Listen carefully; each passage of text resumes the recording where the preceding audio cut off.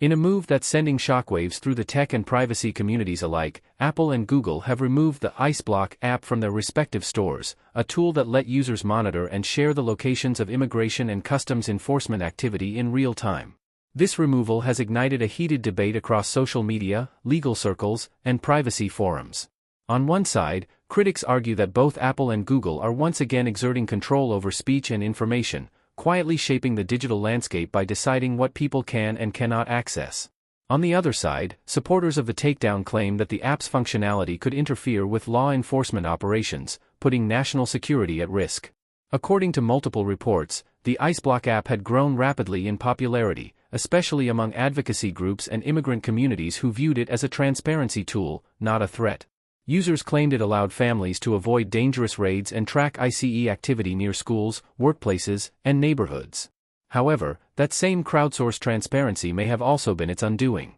Apple and Google have remained relatively quiet, issuing only brief statements citing policy violations related to safety and misleading information. Neither company provided specifics. Privacy advocates, meanwhile, have noted the timing, arriving just weeks after renewed scrutiny over how both platforms handle politically sensitive apps. It's not the first time the tech giants have stepped into controversial territory. From health tracking during the pandemic to AI-generated news moderation, both companies now operate as de facto gatekeepers of digital ethics. Each time they remove an app or platform, the same question arises. Where does the line between public safety and censorship really lie? And perhaps more importantly, who decides where that line is drawn? For users, developers, and digital rights defenders, this isn't just a story about one app being taken down. It's a reflection of the growing tension between centralization and independence in tech.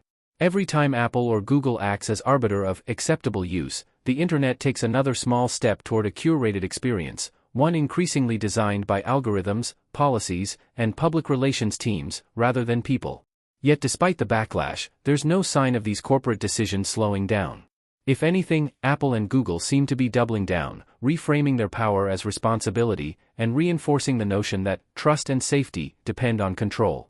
So, is the IceBlock takedown really about user protection, or about tightening the grip on information flow in a time of digital unrest? That's the question that defines the future of online freedom. This is SethJTV, and you're watching Area 7.2, where we explore the truth behind the tech headlines, beyond the algorithms.